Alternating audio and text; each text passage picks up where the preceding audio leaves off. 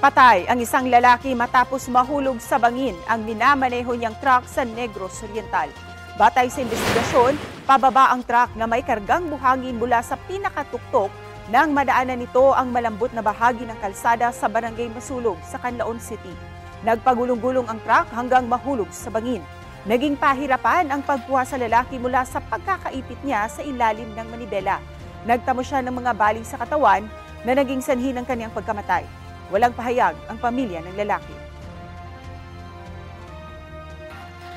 Kapuso, para sa mga maiinit na balita, mag-subscribe sa GMA Integrated News sa YouTube. Sa mga kapuso naman abroad, subaybayan nyo kami sa GMA Pinoy TV at sa www.gmanews.tv.